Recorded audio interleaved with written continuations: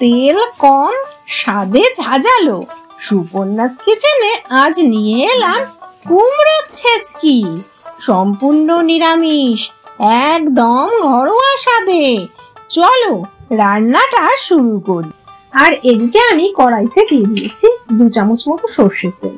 তেলটা একটু গরম হলেই ওর মধ্যে দিয়ে দিলাম 5 ফোড়ন। এবার 5 ফোড়ন থেকে একটা খুব সুন্দর একটা গন্ধ বেরিয়েছে।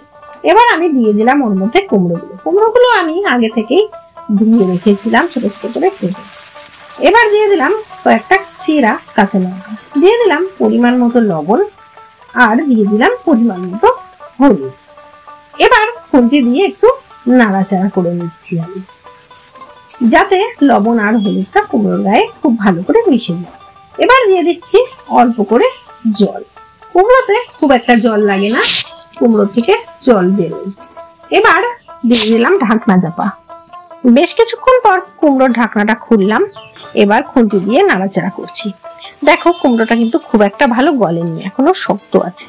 তো আমি কুমড়োর মধ্যে আরো কিছুটা পরিমাণ জল দিয়ে দিলাম, দিয়ে খুন্তি দিয়ে একটু নাড়াচাড়া করে আমি আবার ঢাকনা চাপা দিয়ে দিলাম।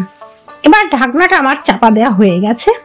বেশ কিছুক্ষণ পর আমি ঢাকনাটা খুললাম। এবার খুন্তি দিয়ে নাড়াচাড়া করছি। এবার দেখো কত সুন্দর লাগছে কুমড়োগুলো কিন্তু এবার একদম গলে গেছে।